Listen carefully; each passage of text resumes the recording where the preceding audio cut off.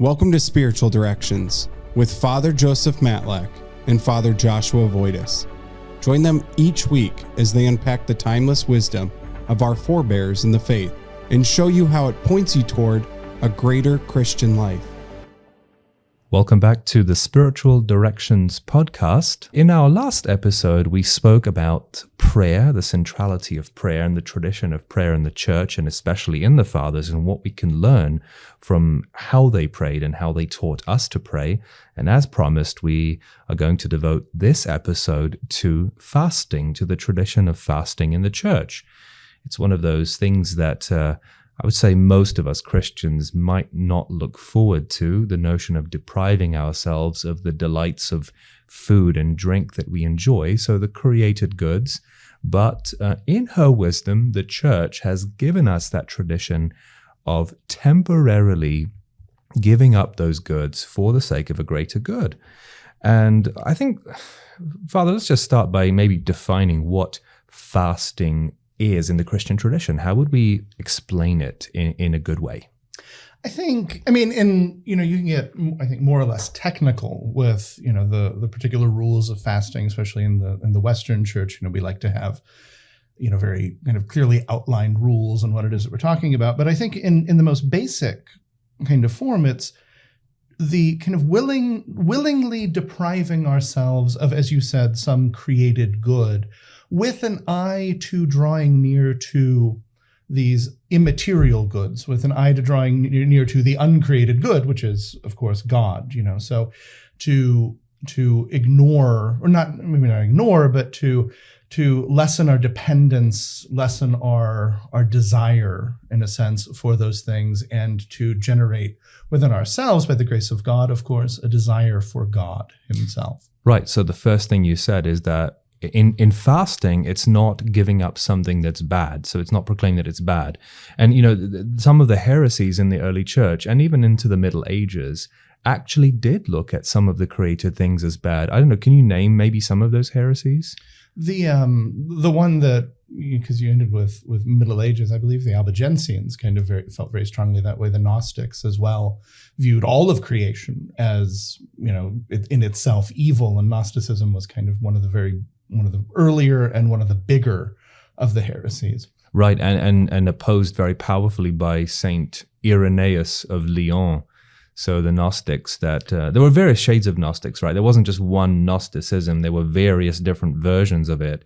But I think all of them had this common notion that there was something about the created reality that, how do I put it, was unfitting. I think with them, it was more that God didn't create material reality. It was another kind of being that had been kind of created by God, and like spiritual being created by God that had kind of gone rogue. And because it wasn't created by God, but was created by this other being, it itself was evil and corrupted in its very nature, in its very creation. Whereas in Christianity, of course, it was created good. Right. And it fell, but in its creation, in its kind of nature in creation, it was good. In fact, I think it was, and I would not give a date because I would give a wrong date, but up until very recently, the only thing we knew about the Gnostics, I think, was from Saint Irenaeus, and yes, until we found kind of the Nag Hammadi texts, which was not in my lifetime, I don't think, but still relatively recent. You're not that old, Father. No. So exactly. So that's the difference between, say, because to Christians, or maybe to non-Christians who are looking into this and saying, well, you Christians are also depriving yourselves. So it looks the same from the outside, that somehow we must think that these created realities, so food and drink, somehow are bad or evil. But what you're saying is there is a difference. That we actually are saying that they were created good, but the good world that was created somehow experienced a fall away from grace, maybe. We misused it, we abused it. Is that correct? I believe so. And you see that goodness in creation. You see it obviously in the creation account, most famously, and he called it good, and it was good, and it was good, over and over again. But you see it elsewhere too. You see it in the Psalms that God created the world to be lived in, to be delighted in. And we delight in God's creation. And so, but there is that. The way I like to talk about sin, when I'm trying to explain to people kind of what it is and the effect of sin, sin creates a kind of alienation between us and God, us and each other, us and ourselves, us and the world. And it brings in this kind of element of corruption, where it's good. You and I are still in our creation good. The world is still good. Food is still good. However, there is that propensity to, for us to fall in love with, to a certain degree, to desire excessively the worldly things, and to grow that alienation between us and God, sometimes even inadvertently, but that's there, that temptation, that right. what we call concupiscence, right? Right. So the fathers of the church basically grappled with the fact of human fallenness and the fact that we constantly, how do I want to say this, mistreat or misapply good created things, and we sort of make idols and make gods out of those things instead of directing everything to the real God, right? Right. We tend to look at them, I think, as ends in themselves, right? So I want this food, I want this thing, I want this, and for itself, for its own sake, not to give glory to God, not so that can pass on to God, the creator of all of those things and the creator of us as well. But we tend to kind of, I think, stop at the created good, at the delight in the world, at the joy and the enjoyability of the world. And a lot of times we tend to do that, and we tend to just stop right there. Right. So how did the early Christians approach the fasting and abstinence? How did they do it? I think, and I have a line here, and I was looking at him. I don't know much about him. There's a book here from the popular patristic series, Letters from the Desert, Barsanaphius, if I'm pronouncing that correctly, and John. And I looked up John. Yes. Because that's all he's ever called. I don't know that he's a saint. Barsanuphius and John, I think. Barsanuphius is a saint, but John I can't find, and I don't know what else they call him, but John of the Desert, let's call him. He put it this way. He says that this is the way of the fathers, neither to be wasteful nor to be crushed in one's discipline, right? And so the way of the fathers was always, in terms of this fasting and abstinence, it was not kind of like we do it now, especially in the West, where we fast 2 days out of the year, we abstain, sometimes from various things, but it was that this was always to be kind of it was to be worked into our day-to-day life, our lives as Christians. Our lives of Christians were to be lives of kind of alternately fasting and feasting, alternately depriving ourselves and enjoying, but in such a way that we can keep that focus, that we can remember when we're enjoying the thing to bless God for that thing, to praise God for that thing, and to allow that created thing to lead us to the uncreated. Yeah, two things come to mind when you said that. The first from an Eastern perspective and the other thing from a Western perspective. So a Western Christian would hear what you said, not being wasteful, and what was the other one? Not being wasteful and kind of not being excessive, not letting it crush you, not letting it right. Crush so you. Not being okay. So the two extremes. So what came to my mind is the Western thing that you often hear in theology: virtue lies in the mean. Yes. But so the vice is in two extremes: wastefulness and crushingness. Okay. So virtue is in the middle. So you're not being too much either one way or the other. So how they treated food was this way.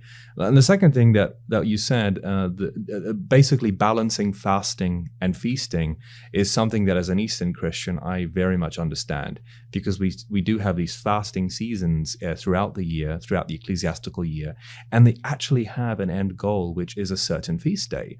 And those feast days, we actually, especially in our tradition, we still extend them. So oftentimes you'll have the post feasts or the season. So the season of Pascha, the season of Pentecost, the season of Christmas and Theophany and so on. Right. So so I think the way, and last time I talked a little bit about how in forming a rule of prayer, it's really great to be in touch with the liturgical year, the liturgical seasons of the church, and to pray the prayers of the church. So it sounds like what you're saying. I mean, I would agree with this, that the church in its liturgical year kind of traditionally built in fasting and feasting to kind of balance it out for us. Well, because I think in our creation, again, before the fall, the created natural state, preternatural state of humanity and of the world was one of feasting, right? Feasting is, and that's, I think, kind of why it was celebration. When we say feasting, we're not just talking about eating a bunch of food, right? But feasting in terms of celebrating, right? And that's kind of our natural state. However,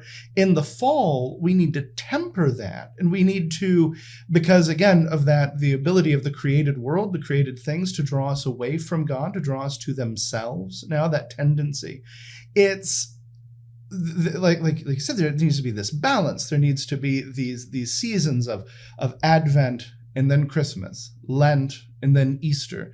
There was in the Western tradition, there was always an idea that the day before a major feast day was always a fasting day, right? Because you needed that kind of penitential nature of fasting, that what fasting does in focusing you on God, so that the feasting can then have meaning. The problem in the West now, and I think in the world in a lot of places, not just in the West, is that our kind of state is feasting, right? And it's and it's like when we get to Easter, after Lent, for most people, you can't really tell much of a difference from one week to another, unfortunately. Right. So what happened? Is it safe to say that we humans just maybe got a bit lazy? I think so. Throughout the ages, yeah. And in the Eastern tradition, people often look at us and they look at us as the feasting robot, the fasting robots, that we're fasting all the time. And I usually tell people, if you think that we Byzantines have it bad, for example, the Coptic Christians in Africa, I think they fast for 2/3 of the year, or something like that. And people immediately look at that and they say, wow, how can they do that? Well, I don't know. I think a part of me wonders why they've been so faithful over the generations, especially now when, their very existence is endangered constantly. Yeah. But they're so faithful and they're so joyful about it. And I think that their sacrifices, because the religion means something to them. Well, I think what happens is, and we just had, last Saturday, we just had First Confessions, and you were here helping us out with that for the little ones. And one of the things I tell them is, I say, I know you're all nervous, and I know this isn't a lot of fun, because the first time you do anything, you're a little bit nervous, right? Mm-hmm. Or if there's something that you don't do that often, it can be a little bit difficult sometimes. But I think what happens, if you make fasting not just something you do on Ash Wednesday, Good Friday, right, like 2 days out of the year, if you do it twice a year, well, of course, I know I'm sure there are a lot of people, and this is obviously going to come out after Ash Wednesday, but that are, the Tuesday before, the day before, just thinking, oh my gosh, I have to fast tomorrow. And this is going to be this kind of crushing kind of thing. But I think what happens is, if you do it more often, if you do it regularly, it becomes a part of your spiritual life. You grow to love fasting. You grow to, because it is drawing you closer to God. You get to see kind of the purpose of it. With a lot of things like this, with fasting or with prayer even, the first couple times you do it, if you don't do it that often, it just seems kind of like a burden. It just seems like, I'm in here, I'm saying this rosary, I'm saying these prayers, what am I doing? I'm not eating. Why am I not? There's food right there. Why am I not eating? Yeah. But the more you do it and the more you engage with it, and if you make it a part of your life, not just something you do kind of when you have to, but if you make it part of your life, you get to see the richness of it. You get to actually experience what you're supposed to be drawing from it, and it actually draws you closer to God. Mm-hmm. There's this story, and I don't know where it's from. I don't remember. Maybe it's in the Sayings of the Desert Fathers or somewhere, and I've heard it from a couple of different places where they're all the hermits get together, and I think it's Easter, and they're feasting, and there's one of the brothers or whatever is there, and he's crying, and they say, why are you crying? And he says, I know I have to feast because it's this feast day, but I feel so much closer to Jesus when I'm fasting. I don't want to, mm-hmm. And he's fallen in love with fasting. Not that you fall in love with depriving yourself of food, but you've fallen in love with drawing nearer to your God, right? Which is the point of Christianity. So many thoughts come to my mind.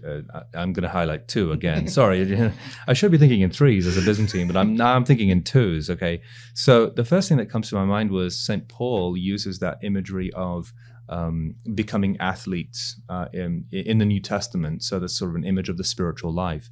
And as athletes, it involves obviously physical exertion. But involving physical exertion as an athlete means that you have to fast from certain foods that are going to make you unhealthy. And then the second thing that came to my mind was when I grew up in, I'm from a Greek Catholic or a Byzantine Catholic background, but I grew up in the Latin Church, like 99% of all other Eastern Catholics, especially in this country, right? Mm-hmm. And I remember going to university in London and befriending Eastern Christians. And that was when I started learning about the rigorous fasting of the Eastern Church, or at least the contemporary Eastern Church, because I know that the Latins, history says, you used to have a very rigorous fast. Well, it's interesting, not just to kind of jump in there. A very dear friend of mine who's a Latin deacon, not at this parish, but he posted something that he had written. I think he wrote it a couple of years ago, but he posted it again today about fasting. And it was about kind of the church's requirements, the Latin church's requirements on fasting. And he posted something because we're required to fast on Ash Wednesday, Good Friday, and that's all that we have to do in terms of fasting. Now, abstinence is a little bit different, but fasting, that's the minimum. But he posted something, it was from the United States Conference of Catholic Bishops in 1966, where they recommended, did not require, but recommended daily mass attendance and fasting every weekday during Lent. Mm-hmm. So that was their recommendation, was that you do fasting Monday through Friday, mm-hmm. And I didn't know that until I read that today. And, that sounds familiar. I'm kind of tempting to give it a go. No, that sounds familiar. That's a lot like us, But that's kind of, but that's like 1966. They're kind of coming off what we used to do in the Latin Church. And so I think to them, I think if, the USCCB came out with something like that now and said that now, people would say, oh my gosh, what are you talking about? That sounds insane.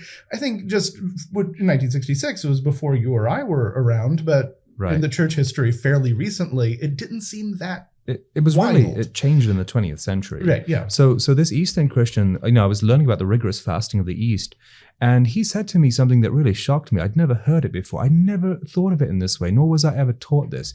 He said, you know what, I'm really looking forward to Lent. I'm really looking forward to all of those ascetical efforts. And I was like, oh, good for you, because I'm not. And I wanted to join in with him because I thought, this is my tradition. I'm going to recover it. And you know what?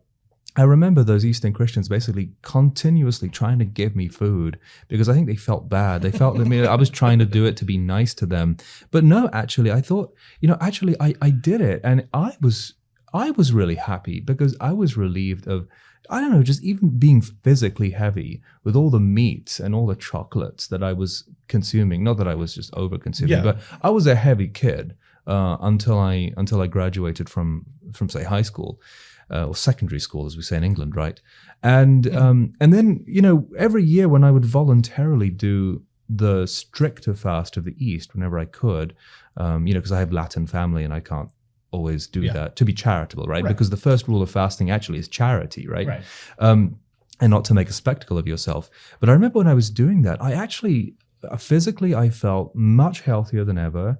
Spiritually, I actually was able to feast much better, so that by the time I got to those feasts, and especially Pascha, it really meant something because I could contrast sort of that night with the day. And so here we are in the church, and the church is proclaiming the day brighter than all the days, and all this poetic stuff that we say for Pascha. It really meant something. It was like going from night to day. And so I'm wondering how can we encourage people, that stuff is no longer required. But is that a good thing? And how can we encourage them to just begin? I struggle with whether or not it's a good thing, because if you require it, then people can just either see it as kind of just some burden that's being laid on them. And they're especially now in the West that we're not used to it, right? That it is kind of a foreign kind of idea. And it's something that, and you were a heavier young man. I am a heavier 41-year-old man now. So I'm sure I could use more of it. But it's one of those things because we, in my talking to people, my engaging with people, and we talk to people and they say, I'm struggling with this sin or whatever, and I'll say like, well, how are you struggling? And they say, well, I'm praying and stuff. And I say, well, are you fasting? And the answer almost universally is no. It's just something that hasn't even dawned on people, right? A lot of the time. I know it's something that obviously not only do I neglect the doing of it, but I neglect thinking about it very often. And so I think in the West, it's something that we have to reintroduce. I don't know that making it mandatory, maybe more than 2 days out of the year would be good.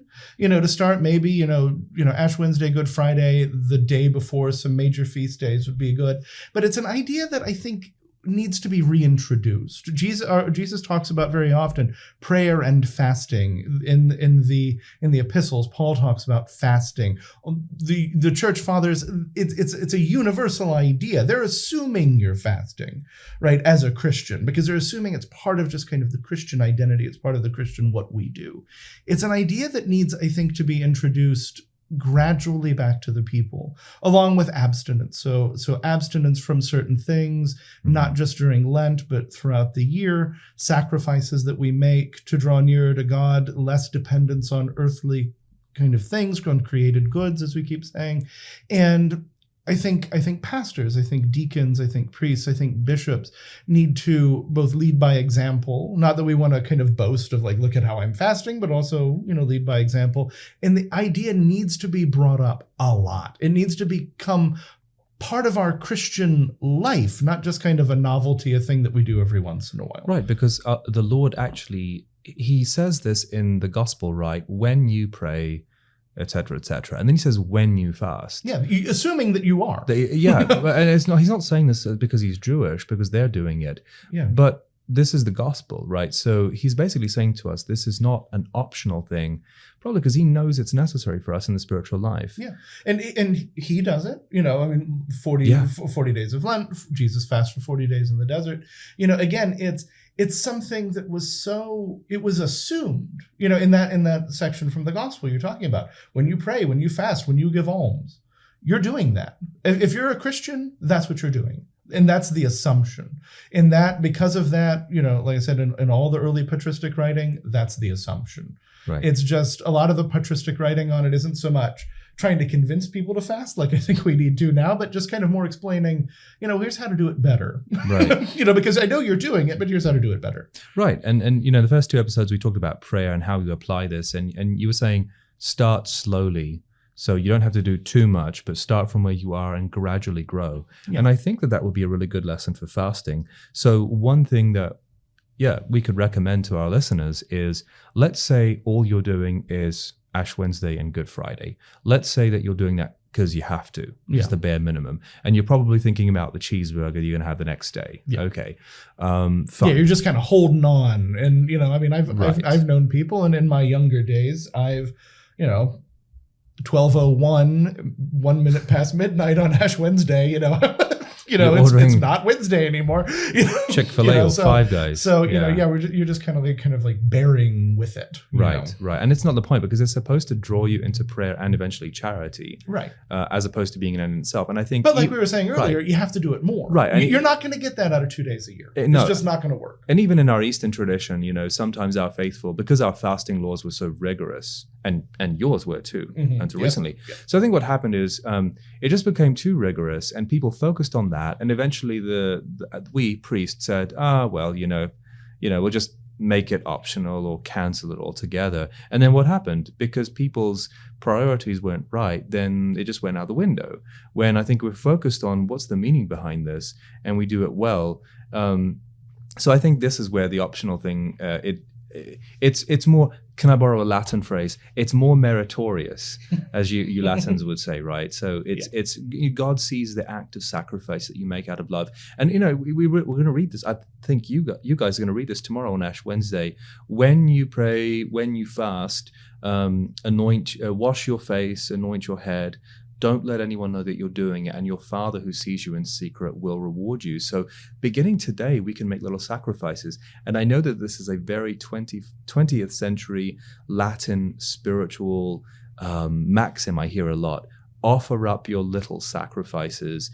A great advice I was given as a boy, if you can't say fast or abstain from something, then exchange it with something else. Yeah. Or maybe, okay, so let's say, and we're told this as Byzantines, you go to a Latin rite household, and you're in the middle of the great not on Fridays, right, because then you'd be breaking your laws, right. But let's say another day of the week, okay, and someone slaps a ginormous steak in front of you, then or at least offers it on a common plate. So the advice they would always give to us is take a little bit less than you want to. Yeah. And St. John Chrysostom actually said this at one point. He said, always leave the table believing that you could have eaten more if you wanted to.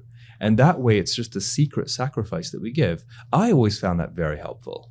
Yeah, no, I agree. It's we should be, as Christians, making little sacrifices all the time, right, every day. And not just during Lent. Lent, as we talked about with prayer, Lent is the time when we increase, right? Something that we're kind of already doing. In the West, and I believe in the East as well, in Christianity, right? It was always customary to fast and abstain on Fridays, every Friday, and Wednesdays. Wednesdays in the West, it used to be where no meat on Fridays, at all. And Wednesdays, it was kind of a pious thing that a lot of people did. But I would encourage people during Lent, if you're not going to do like the USCCB said in the 1966, if you're not going to fast every weekday during Lent, maybe Fridays. Instead of just not eating meat, maybe fast like you would on Ash Wednesday or Good Friday. Yeah, do like it every one Friday. meal and two One smaller meal. snacks. Or yeah, something. yeah, and two smaller snacks if you need them, right? Right? Because remember, and that's something. It's not one large meal and two small snacks. It's one large meal and two small snacks if you need them to maintain strength. Yes. Basically, we don't want you to pass out in the middle of the day. Yeah. Because the point is, it's not like who's tough enough, who can make it through. Right. It's an offering to God. If you need, if you're working construction, or you're working outside, if you're just working in an office somewhere and you're feeling dizzy because you haven't eaten. Eat a little something. Correct, I don't think anyone, I don't think our Lord nor any of the fathers would advise you to, injure yourself severely. Right. That's not it. And people's zeal sometimes makes them, do things that are harmful to them, which the church would not subscribe to. I would also add the eves of major feasts. That would be a wonderful offering. So that's actually absolutely. a great way to live the liturgical year. So, look at your bulletins, look at your missals, and pick the major feast of the year. So, I don't know, Epiphany, Ascension, Dormition, or what you would call the Assumption. Yes. Christmas, we grew up Christmas Eve. We grew up fasting so that we would go to midnight mass. We would come home, we would eat something, and the next day was a real feast. And it was contrasted. So that would be another way of living this throughout the year. Yeah, I think so. It should be part of our DNA. It should be part of just kind of the pattern of our behavior. Right. From that same thing I was reading earlier from, again, who we'll call just John of the Desert, because John just seems a little bit plain or non-distinctive. He says, as for bodily diet, if the body cannot perform when it receives sufficient food, and if you are afraid of illness when it receives insufficient food, then keep the middle way. Give it neither too much nor too little. Then the scripture is fulfilled that says, deviate neither to the right nor to the left. But just give the body a little less than it requires. Yeah. And like you were saying earlier, a little less. Just, just cut out a little bit. Just giving up a little bit, to maintain that discipline, to maintain that detachment from earthly goods. Because one of the things I preach about at funerals sometimes is I'll say, we all die, but not totally, right? It says in the Book of Wisdom, in the view of the foolish, they seem to be dead. What we die to is this world around us, right? We don't die to God, right? To God, all are alive. We should be dying a little bit to this world, and fasting is a little bit of what that is too. It's a little bit of dying to this world so that we can have that life in the world to come, to increase that life in God. So, the fasting, a little bit less than we need, a little bit less than we want, a little bit, even small, tiny little things, again, it's not fasting from food, but little sacrifices that we make. Park a little further away so somebody can have the closer parking space. Don't always take everything for yourself, because that's what we want to do in this society. Die to this world a little bit, fast a little bit, abstain a little bit, not just during Lent. In Lent, do it more. In Lent, maybe do it with more of a plan, but all the time. It should be as we live and breathe. Absolutely. I remember when I first moved to this country from Europe, I remember that the portion sizes that I received in the restaurants were just enormous. I remember getting a starter one day, and the starter plate was bigger than the main plates that we would get in Europe. So I think the health benefits would also, but it also helps. Well, I mean, the fact that it helps us health-wise, right? Right. But it shows that we're made for it. It shows that that's part of, we're kind of doing this kind of fulfilling the way we were created by God, right? I mean, if it works for the health, I mean, we're not doing it for physical health, but if it helps, so much the better. Right. I think the fathers often point out that food can be the origin of so many sins. So, in the spiritual tradition, we'll read that. They often do make a big deal about fasting precisely because they know that we turn to these created things which are good and we just misuse them. We use them in a fallen way, and they do distract us from the life of the spiritual life. And fasting also has another element to it, and that it does involve saving money in order to redirect it to the poor. And so that's where I think a future episode would talk about is the works of mercy and the almsgiving that is enabled because we live a life of prayer. We love God, and therefore we love our neighbor. And because we fast, and so we take what we saved, we take the excess of what we saved, and we give it to our neighbor, right? So it seems like this kind of fasting is kind of like in the middle.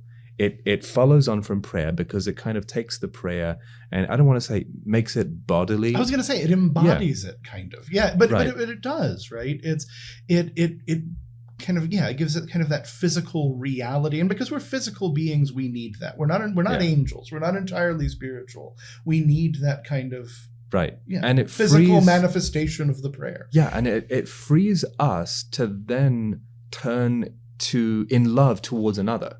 Right. So both towards God in prayer and also towards our neighbor in works of mercy. Well, I mean, part of it is like the discipline and self-control, the ability, one of the best, and I tell when we're doing confirmation classes, because, those are usually high school students, and I teach the confirmation classes here for right now. And one of the things I tell them is I say, one of the best things you'll ever be able to do, if you can do this, you kind of have the world. If you can say no to yourself. You can just say no to yourself, and I said, that's part of what fasting does too. I want that food. It's there. It's not even immoral for me to have it, but no, you know, and if you can do that for a good reason, for a good reason, to draw nearer to God, if you do that though, then you're going to have you're going to be able to pray better. You're going to be able to, like you say, give alms, because, when you give alms, if I give $20, then I don't have that $20 to do it. I have to say no to something that I want to do that. And so it's freeing. It frees you from kind of this world in a certain sense and leads you to the next. Does this mean that, people who come to your confessional are going to receive not just 3 Hail Marys for penance, but fasting penances? Oh, look, I'm much more strict than that. I usually get 5. I've always been hesitant to do fasting penances, but maybe I should. Yeah, you may get some angry letters or something. No, but it is. I would not be able to respond to those letters because it was in confession. Oh yeah, I'd forgotten about that. I have no idea. Well, this has been great. So join us next time where we'll continue looking at bringing this ancient wisdom to you all, our listeners who are living in the contemporary world, and showing you how that ancient wisdom is so appropriate and necessary and welcome for those of us who are living in the present day. God bless you, and see you next time.